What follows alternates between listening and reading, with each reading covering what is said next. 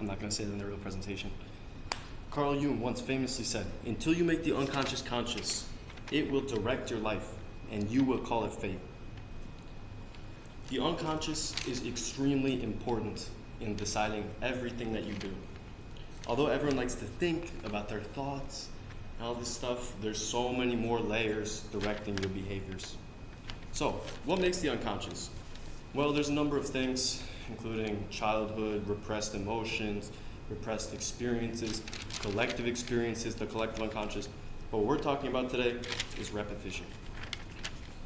Grabowski found repeating affirmations programs your unconscious. So when you repeat to yourself, "I will be rich and successful and famous," "I am attractive, I am attractive, I am attractive," what does it do? It's programming your unconscious to actually believe it. On top of this, Noam Chomsky, a political commentator, political philosopher, famous guy from the 1970s, talked about an idea called manufacturing consent. In short, this idea goes to say that very few of your thoughts are actually yours. So what does that mean? Pretty much, the media is what implants a bunch of your beliefs. A great example of this is the belief that the color pink is feminine. The color pink was not associated with women in the US until the 1920s, 1940s era, when we started putting out advertisements for pink baby garments, and then that association began. But that's not what we're here to talk about.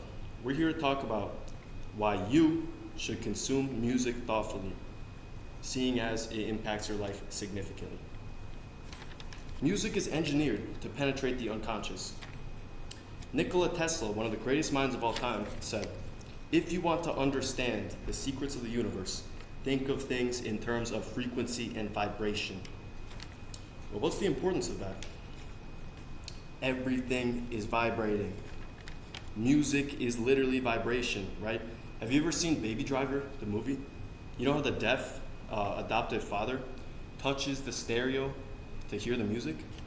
It's because sounds are vibration. But what else is vibration?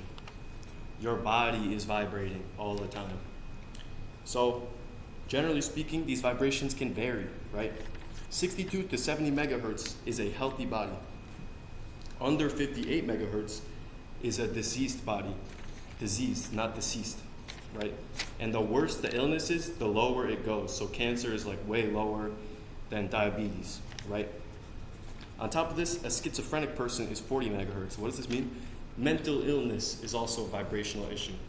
This is all according to Bruce Tiano in his study. So how does music affect this? Well, Joseph Goebbels, Nazi minister of propaganda. This is not conspiracy. This is a real thing. Happened in the 1940s. You can find it in history books. No, you won't find it in history books, but you can find it in historical documents. Joseph Goebbels advocated for change for the standard of music to be at 440 hertz. Well, why is this? Recent studies, it's a study from 2022 by Kalamasi. It found nurses working overtime in COVID-19, when they listened to music in 440 hertz, they were significantly more stressed than the ones that listened to music in the previous standard of 432 hertz. This music is penetrating your unconscious. And what is it piercing it with? It's going boom, boom, boom. Every time you listen to your favorite artists, negativity. NLE Choppa famously said, "Clock on my hip, you know that I'm clutching. I catch me a op, I'ma down him in public." What is this doing to your unconscious? What is this doing to your behaviors, your beliefs? Right? It's a 2020 song. Everyone listened to it. NLE Choppa, according to Spotify in 2024, over 100 million monthly listeners. And what about the rap that women listen to, right? The male rap is promoting degeneracy, violence, drug addiction. Juice WRLD, famous rapper, died of an overdose, accredits his drug addiction to Future, listening to Future as a young boy, right?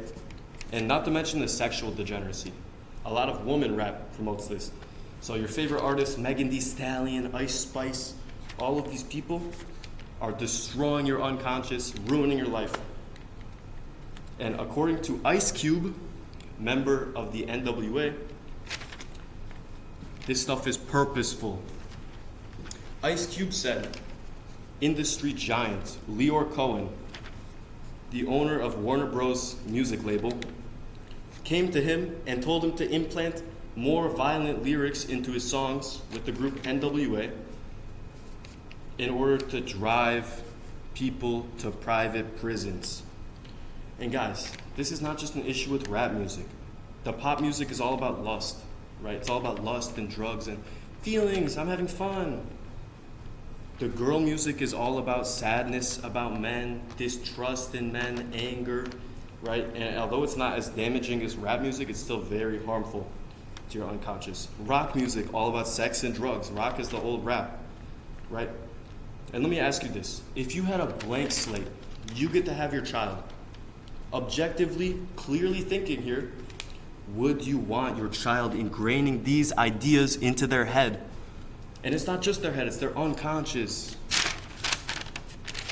So guys, we have to think about the real spectator here, the real important guy, God.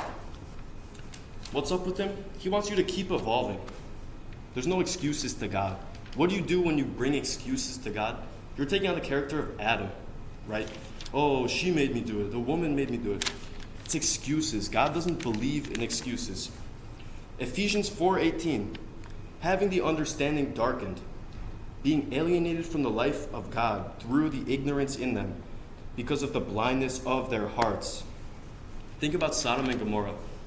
There are evil societies. God doesn't look at one person who's doing evil and say, well, he was a member of the society, so yeah, he did evil. God said there is not one good man in the city. There is not one. We need to look at things objectively. This is the solution. This is what we need to go to. This is supposed to be a 7-minute speech, bro, at most. We need to look at this thing objectively. What is real objectivity? Well, it's not the mind of the ancient man. It's not the mind of our grandparents. It's not the mind of society, the best society. It's the mind of God. We need to look at this through the eyes of God.